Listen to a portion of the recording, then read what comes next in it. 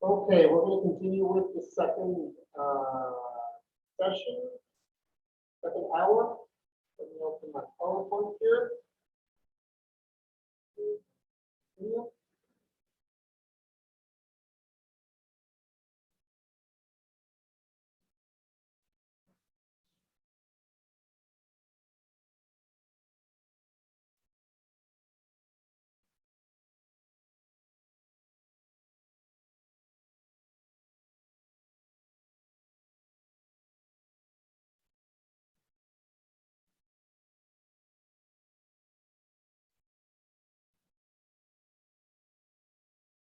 Moment.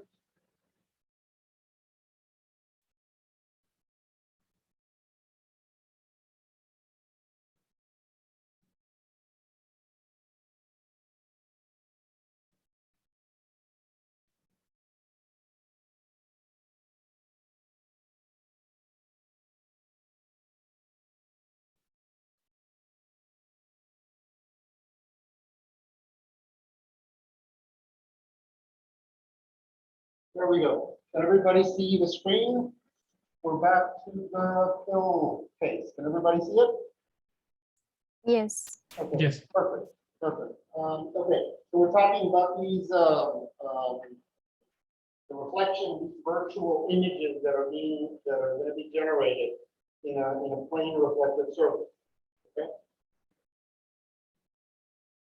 And these are virtual images. Have any of you done the experiment where you put a mirror in front of another mirror and the effect that's generated with that? Just a show of hands, how many of you have done that experiment at some point of your lives, where this effect that we see here happens? So we've got mirror one, mirror two, we've got the object, and because of the reflection and the refraction properties that we're seeing, we're going to be creating an infinity loop, sort of an infinite loop of virtual images because of the reflections of the two mirrors. Let's talk a little bit about that, and let's switch over to the video. Ya todo va chido con él. Además, opíname de teléfono. La neta, a mí sí me viene. Costaba 12 y les voy a pagar 18,000. Lo único que no entendí muy bien es lo de los intereses.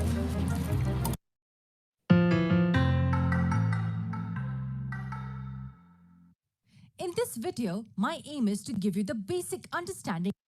Okay, people at home, can you hear the video? Were you able to hear the video? Yes. Yeah. It's extremely loud over here in the classroom.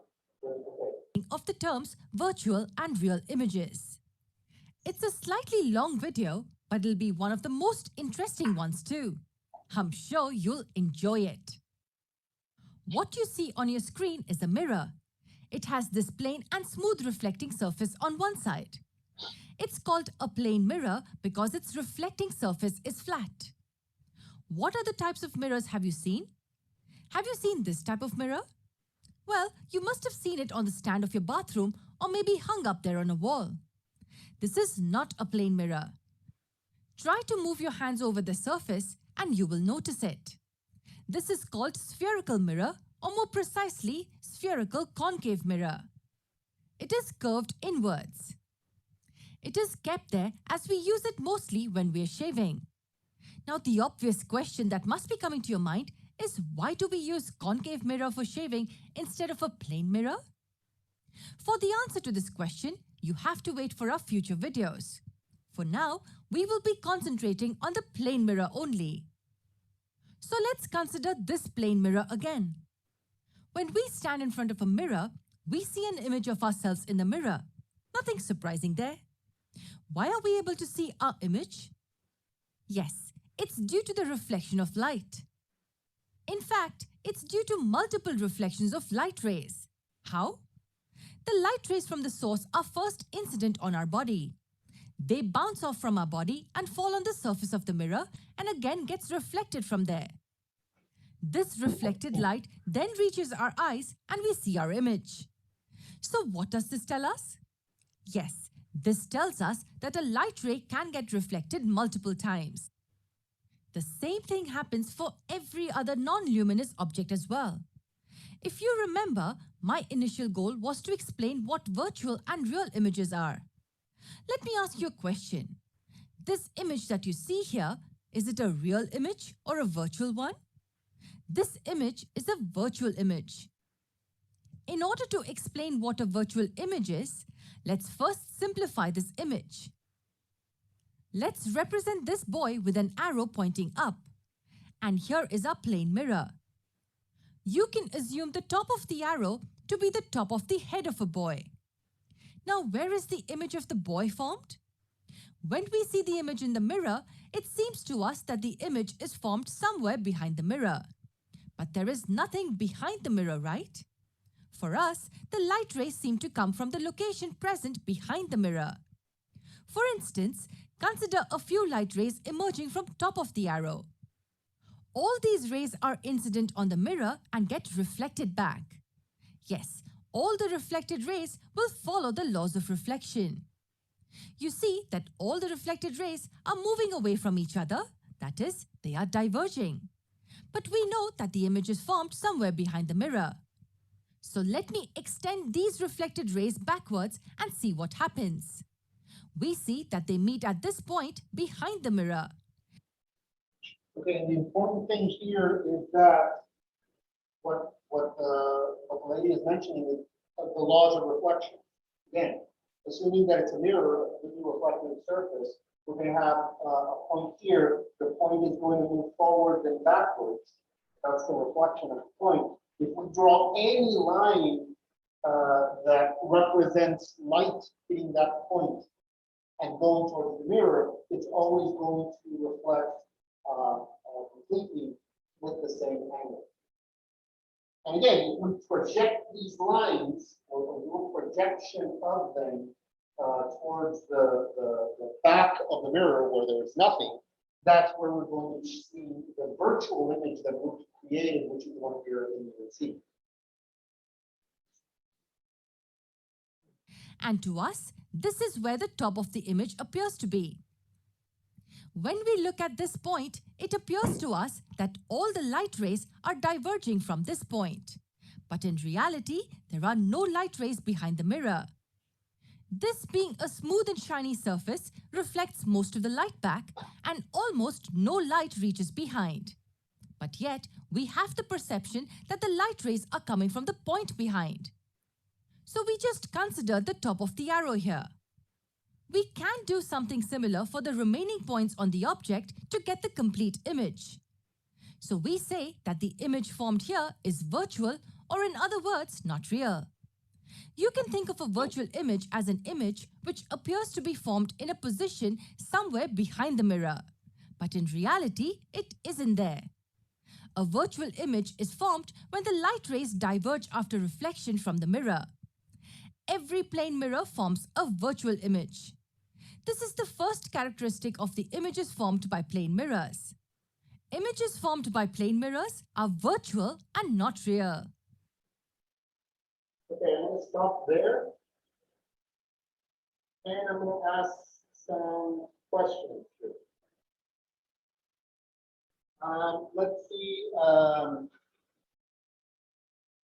see, Paulina. You there? To please turn on your camera. Paulina. Yes. Yes. Please turn on your camera. Just question. And let's look at the screen, Paulina. And so we're seeing this, right, Paulina? Is that understood, Paulina? Do you have any questions with that, with what was explained by the young one? Yeah. Is this clear? I can't really hear you. You can't hear me? Can you hear me better? Yes, there. What I'm asking is that of what the young woman explained here in the video, is this clear about the virtual images? So if this is completely flat, right, Paulina? And this is yourself, and this is the top of your head. There are lights. There's light that's being reflected and hitting the mirror. And since the light is being returned back at the same angle, it seems like the image of you is in the background, and that's the reflection that you see. Is that clear, Paulina? to you? Yes.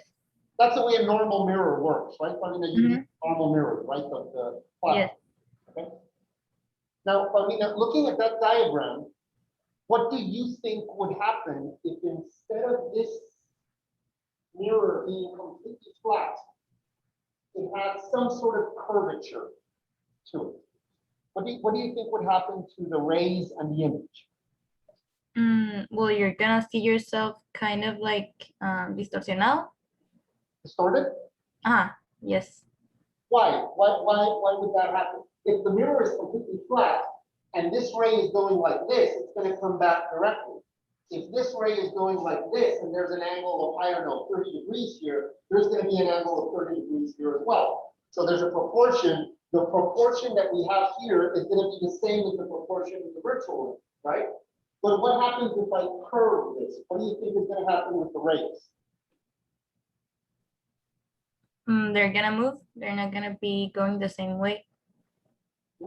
So if this is curved and this was 30 degrees, but this mirror is curved, then the bounce back ray isn't going to be necessarily the same 30 degrees. It's going to be another angle. Would you agree with that, Paulina? Yes.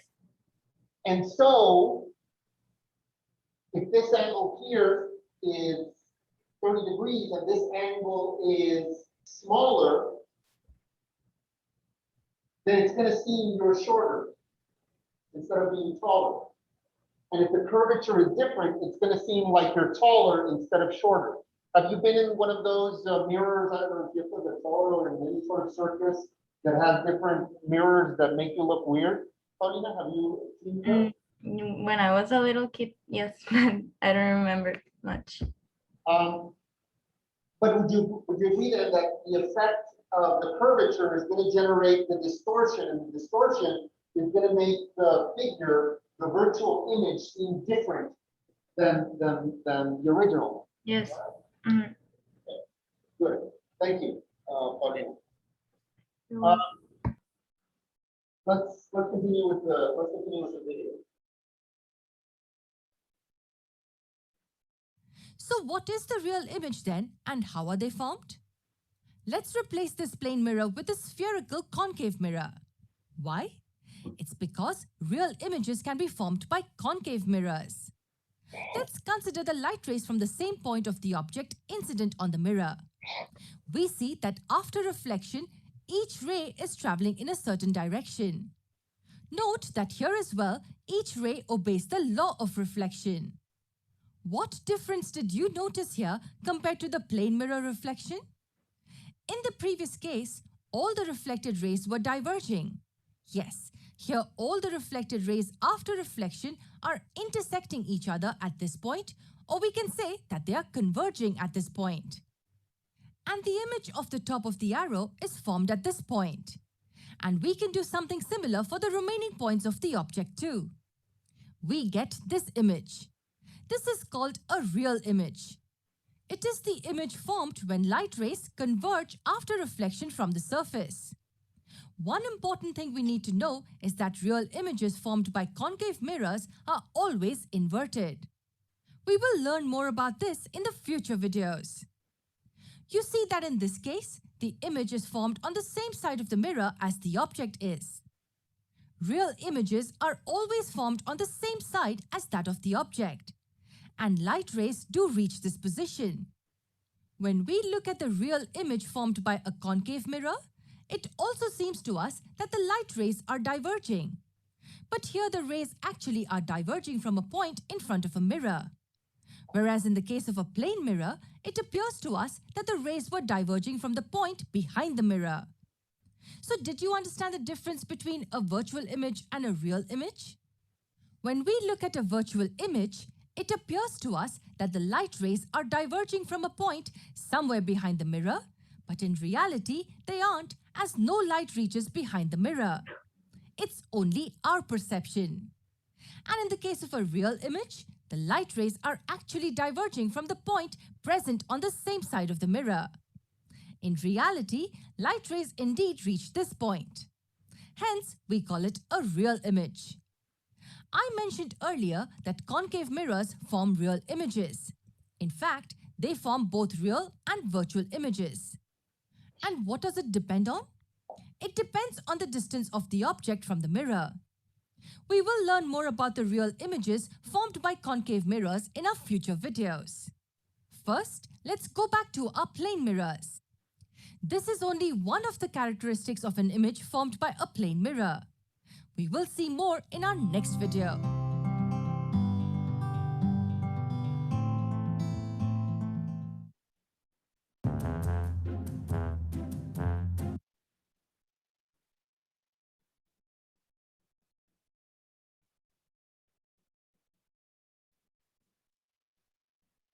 Great. Questions up to this point with this concept of the virtual images that are created by a plane reflective surface. We're going to talk a little bit about the concave or the curved surfaces or curved mirrors in a bit. But questions with this? Any questions or comments?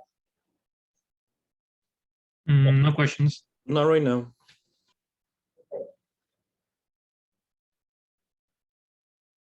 And so these are another example. This is another experiment you can do. It's a typical experiment. You can grab two mirrors, you put an object in front of it, and the object is going to reflect on each of the mirrors, but it's going to seem like it's also reflecting somewhere in the intersection. So instead of just generating one figure for each mirror, there's going to be apparently a third virtual image that's going to be generated in the background. That's just the reflection diagrams that we're creating there. So before we go to spherical surfaces and lenses, questions with the plane mirror or plane surface. Okay. So now we're going to be talking about mirrors and spherical lenses. That means that there's a certain there's a certain curvature in the lens.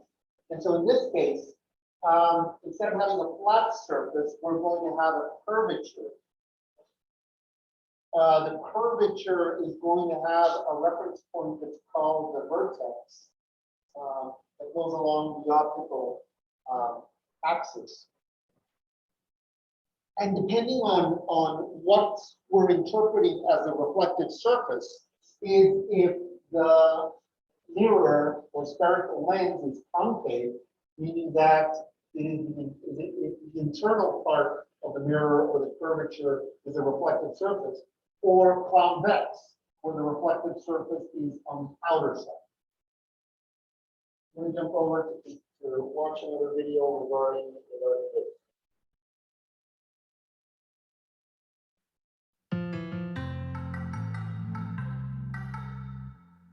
Till now, we have been looking at the properties of images formed by plane mirrors. A plane mirror is a mirror whose reflecting surface is flat. What about this mirror? Is this also a plane mirror? This is a mirror as it has the smooth reflecting surface. But this is not a plane mirror as this reflecting surface is not flat. The reflecting surface is curved and hence this mirror is called a curved mirror. What about this one? This is also a curved mirror. The difference between the two is that the reflecting surface of this mirror is curved inwards, whereas the reflecting surface of this mirror is curved outwards. Can you think of examples where you have seen curved mirrors? A shiny surface of a spoon is a good approximation of curved mirror. Spoon has two reflecting surfaces. This is going to be called the Lucia experiment. I remember last class Lucia mentioned about the spoon. So this is a typical example experiment that you can do. Just grab a spoon, ideally a spoon that's that's not scratched or anything like that. And that's an example of a metal spoon. Obviously, don't grab a plastic spoon. See what I'm saying? If you grab a plastic spoon, this will not work. We're talking about a spoon that has a reflective surface, a metal spoon. And so we have both curvatures. You can have the concave and the convex surface. So the spoon is a pretty good example of what's being explained here, and you can actually test it. So, if you have a spoon handy, go get it, grab it, and see what happens. One curved inside and the other curved outside. Now, the specific types of curved mirrors that we are interested in are called spherical mirrors. In fact, these two mirrors are spherical. Well, they look nothing like a sphere. But then why are they called so? They are called spherical mirrors because their reflecting surface is a part of a sphere. You can clearly see that the reflecting surfaces of both the mirrors form the part of the sphere. Now, both these are given special names. The mirror that has its reflecting surface curved inwards is called a concave mirror, and the mirror that has its reflecting surface curved outwards is called convex mirror. Yes, inwards, concave, and outwards, convex. Now, we want to study the properties of images formed by spherical mirrors. But before that, we need to define certain terms related to spherical mirrors. So let's do that. Both the mirrors are placed like this: concave mirror on your left and convex mirror on your right. I'm going to define the terms for both these mirrors: concave inwards and convex outwards. The center of the reflecting surface of the mirror is called the pole. We represent it with a point P. In the front view of both the mirrors, you can see that the pole is present right at the center. Now, as I told you, the reflecting surface forms a section of the sphere. This sphere must have a center. This center of the sphere is called the center of curvature, denoted by C. And what will the radius be called? Yes, it's called the radius of curvature. Join the pole and the center of curvature with a line. This line is called the principal axis. The midpoint of the line segment joining the pole P and the center of curvature C is called the focal point. It's denoted by the letter F. We will talk about one last thing in this video, and that is an assumption that we are making all along. We are assuming the radius of the curvature of a mirror to be much greater than the aperture of the mirror. Aperture, in simple terms, is that part of the mirror which is exposed to light. In our mirror, this is its aperture, since the light can be incident anywhere in this region.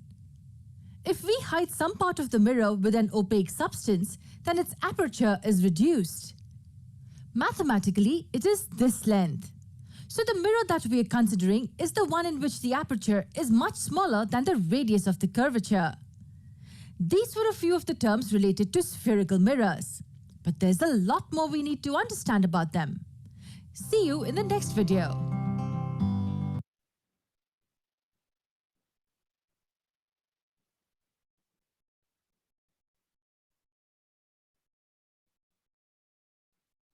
Okay, everybody with your cameras on right now, go get a spoon.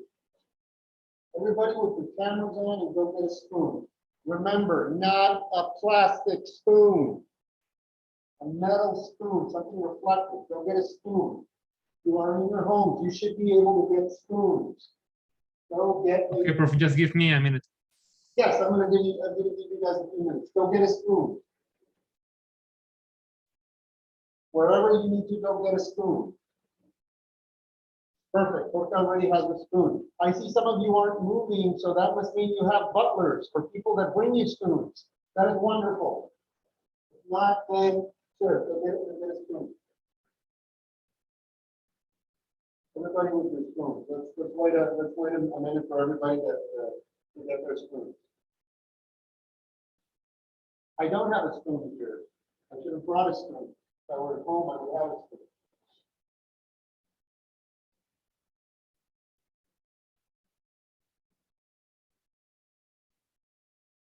Perfect. Everybody with the cameras on, showing their spoons.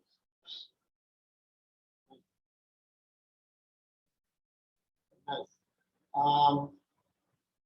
Oh, Antek's spoon is really shiny. Really shiny. You can see that we can see in Antek's spoon, we can see the zoom. We can see the zoom class. That is military grade cleaning of utensils. That spoon is extremely shiny. That's a good spoon. That is a good spoon. That's the way Utensils should be clean. I see some murky spoons there. Okay, now, first off, in the spoons you have, put them in front, get the convex part in front of you. Oh, let's see if you were paying attention. Let's see if you were paying attention. Everybody put the convex part of the spoon facing the camera. The convex part of the spoon facing the camera. Okay, some of you weren't paying. There we go. Oh, some of you weren't paying attention. A few of you. Convex part facing the camera. Convex is the one that's curved inside. Yeah. There we go. The other one. The other side. The other side. Flip it. Flip the spoon down. So here we go. That's the convex side. The convex side is facing the camera. Okay. Perfect. Okay. Now, can you see yourselves on the other side? Move the spoon until you can see an image of yourselves. Do you agree that you need to move the spoon a certain distance? Because at some point the image gets distorted and you can't see anything, right? Right? Everybody's doing that a little bit? Carmina's just looking at the screen saying, I want this class to be over, but don't worry, we've got a few minutes left, Carmina. You're not looking at the spoon, you're looking at the screen saying, oh my God. But this is the new normality, Carmina. Imagine having 2 classes with me. This semester you're only having 1. So thank God for small flavors. Carmina, it's good. So notice that there's a point where things get distorted. And so any surface that's curved is going to have this focal point. And notice one thing that the lady was mentioning in the video. The radius, which is the distance that you have, has to be larger than the aperture. So the aperture would be the size of your spoon. Okay. So if you get too close to a distance that's shorter than that, then you're not going to be able to see the image clearly. Okay. Notice as well how the image changes if you're looking at the concave part and if you're looking at the convex part. Angel, what do you notice, or what happens when you look at the convex part, and what happens when you look at the concave part? What differences do you see, Angel? I think the difference is that if I want to see myself, I would see myself upside down. You said that a little And like if I say it like this way, I would say I would see myself upside down, and if I turn it around, I would see myself clearly in the same way. Okay, but you notice that the image is distorted. You kind of seem like you're being bent towards one way or the other. Okay. Yes. I ask you guys to do these sorts of experiments around your house with your mirrors, with your spoons, and try to see these different effects that you're going to have with the different mirrors. Okay. Leave the spoon there if you wish. Go wash it, do whatever you want with it, but try to play around with the spoon and the reflection. I think what Diana is doing is that she's reflecting some light on the spoon. So that's another thing. Renee is doing the whole heavy metal drummer thing. That's good. That's good. So that's an example of something very similar that you have in your households that demonstrate these concave and convex reflective surfaces. I don't know how many of you have any of these mirrors that have the curvature for you to be able to see your face larger, to be able to maybe shave or pluck your eyebrows. Does anybody have one of those in your house, in your homes? Yep. Okay, that's another example you can use. Okay. Okay. Questions with the convex and the concave and the spherical mirrors before we move on. No. Okay. Grab the spoon and put it on your forehead and see if it sticks.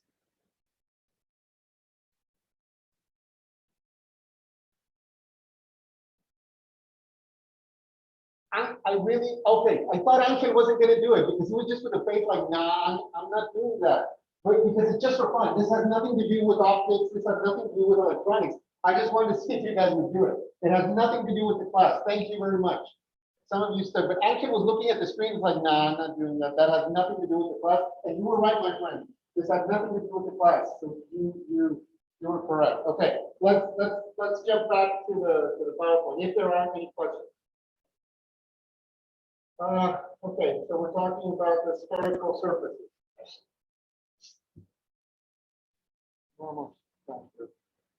And so, okay. Oh, by the way, what we're going to be doing, we're going to be wrapping up this optics, the optics topics probably by tomorrow or Thursday at the latest. And then we're going to jump in with Unit 1, which is actually going to be, as I mentioned, at least 60–70% of Unit 1, we already saw it in like electricity and magnetism. So it's going to be really a refresher. But we're going to do this. We're going to do this. The optics unit, I'm not going to include the optics unit in the first exam. However, I am going to include a section on theory relating to optics in the first exam. And that is going to be bonus points. So if you answer the theory relating to optics in the first exam, you're going to get a bunch of bonus points. Okay. So I'm not going to be evaluating this part because it's of the previous course, but I am going to add some bonus questions in our first exam. Okay. So this is kind of a diagram of what we were talking about. Depending on the curvature is how we're going to be getting the reflection of the points of light.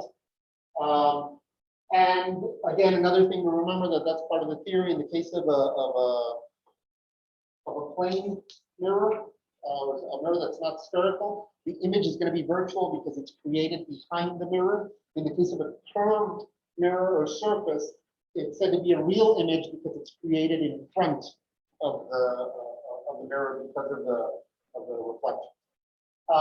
And so there's different types of mirrors depending on the curvature. There's what are called parabolic mirrors, which have a parabolical form, and you know a parabola has a focal point. It has certain mathematical properties. That focal point in a parabola is that point where the lines of reflection are going to converge. And let's watch one last video relating to that before we wrap up. Advance is a space to grow, create, progress, transform. We have more than 13 years of experience in the acquisition, operation, and leasing of industrial projects in Mexico, creating transcendental relations with our clients.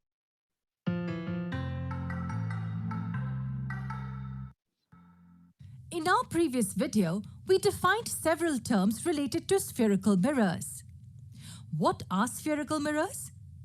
Mirrors in which the curved reflecting surface forms a part of a sphere are called spherical mirrors. Spherical mirrors can be of two types. One in which reflecting surface is curved inwards, they're called concave mirrors, and the others in which the reflecting surface is curved outwards, they're called convex mirrors. The center of the reflecting surface is called the pole. The center of a sphere of which they form a part is called the center of curvature. And the radius of that sphere is called the radius of curvature. CP here is the radius of curvature. Note that for a concave mirror, the center of curvature lies at the front of the reflecting surface, whereas for a convex mirror, it lies at the back of the reflecting surface. Okay, I also told you that the midpoint of CP is called the focal point of the respective mirror. The other name for it is principal focus. It's called so because it lies on the principal axis. Okay, let's just remove the convex mirror for a while and concentrate on the concave mirror for now. Now, this focal point of a concave mirror is a little more than just a midpoint. It's also a point where all the rays of light parallel to each other as well as to the principal axis converge after reflection. Let's try to understand this statement in detail. Let's take the sun as our object. Why? because I want only parallel rays of light to be incident on the mirror. And the rays of light from the sun can be considered to be almost parallel. But why? Being a sphere, sun emits light radially outwards. That is, rays of light travel outwards along the radius. But we know that the sun is at a very large distance away from the earth. Hence, the rays from the sun coming towards the surface of the earth are considered parallel. So our object, which is the sun, is present at infinity, and it's emitting parallel rays of light. We know that all the rays of light after being incident on any surface will follow laws of reflection. We see that after reflection, each ray is indeed following those laws. Angle of incidence is equal to the angle of reflection, and all the three lie in the same plane. Where are they going after reflection? Well, they are all meeting each other at the principal focus. Yes, they are all converging at the principal focus. And this is where the image of an object is formed. Yes, this is an image of the sun and it's a real image. Now, if you project this point of convergence on a piece of paper, the paper at that point will start getting hotter and will eventually catch fire. As the bulk of rays from the sun are all concentrated at one single point by this concave mirror, the temperature at this point rises.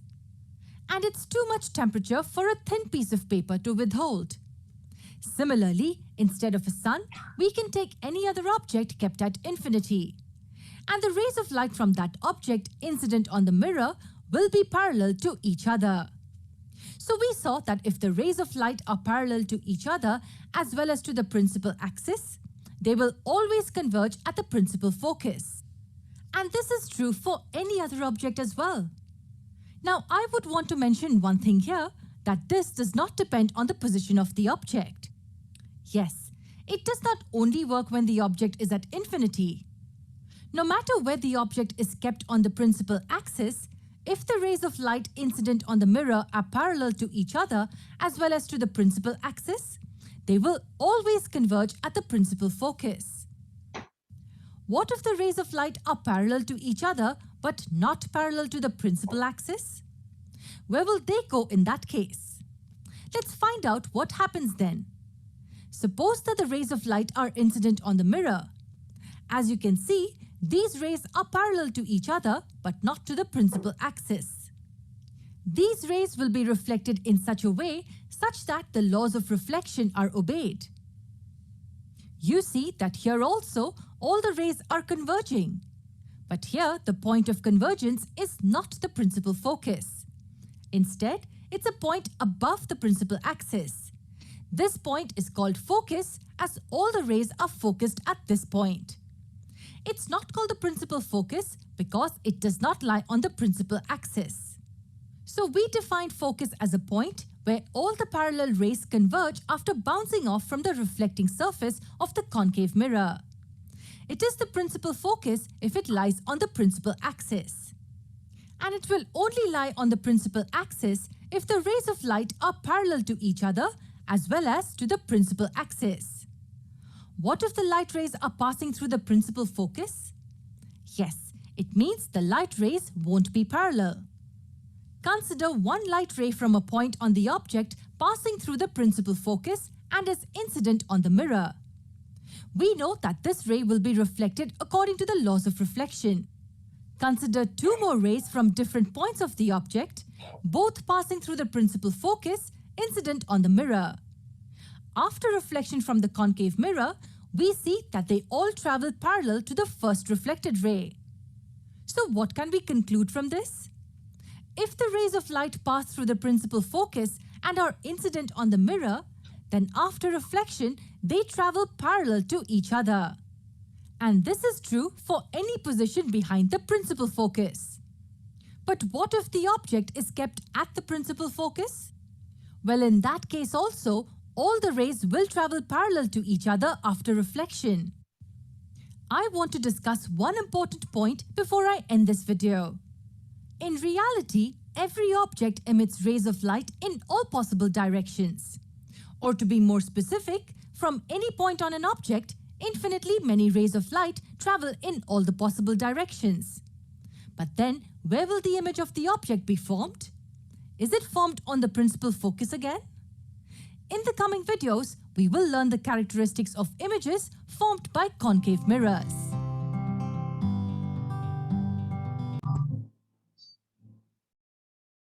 Nuevo Echo Shampoo Gel que controla la capacidad máxima aplicación. Nueva línea de botellas para Ultra Fresh.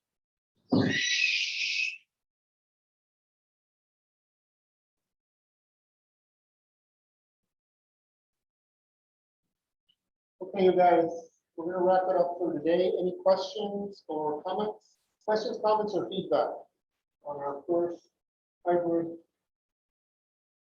hybrid with no students in the classroom experiment? Any questions or comments? Renee, go ahead, please. Yes, Professor. There's no problem with the audio, but I mean, when you walk a little bit away, it like kind of get lost. Well, for me, I don't know if it's my speaker, but maybe if we stay a little bit closer to the mic on the class, maybe that will be a little bit better. Okay, so when I was moving around, when I'm away from the camera, the source, so if I'm doing this and I start walking away, you notice that the audio starts getting affected a little bit. For my case, yes, I don't know about Also my. for me, also for Yeah, me. Or when you're looking like you're giving the back to the camera. That's also when the audio fades. So when I'm talking like this, it's different than when I'm talking like this? Yes, Yes. That's the difference? yes. Okay. good. And when you're closer to the screen, it fades even more. When I'm closer to the screen, it gets even lower? Yes. Yeah, the sound bounces off the board. Okay, good to know. So the best possible sound you can hear is when I'm facing the camera, Exactly where you were right now. like here. There. Okay. Okay, that's good to know because okay, when I'm at home, I'm sitting down in front of the camera. But if the professor is going to be here in the classroom, we're probably expected to be kind of moving around. And I'm not going to be writing on the whiteboard very much, but it's good to know about the range. So you guys don't lose the audio. Okay, good. Thank you for that feedback. Any additional feedback or comments? No? Okay. Okay, please, like Lucia, Renee, a few other of you, like Lucia and Renee commented, or a few of you, if you notice something, please let me know. Please let me know, because I'm here in the classroom, nobody's here, or even if people were here, I'm not having the experience that you guys are having in your homes. And it actually feels really weird to be talking to the camera, because under normal circumstances, I would be looking at the screen at you guys. But right now, if I have to face the camera, I don't know, I really can't see who I'm talking to, and that's weird. But please let me know if you have any comments or anything during these couple of weeks before we launch with people here in the classroom on the 6th of September, okay? Any additional questions, comments right now? No? Okay, see you guys tomorrow. Bye-bye. Be well. Thank you, Professor. Professor, thank you. Thank you.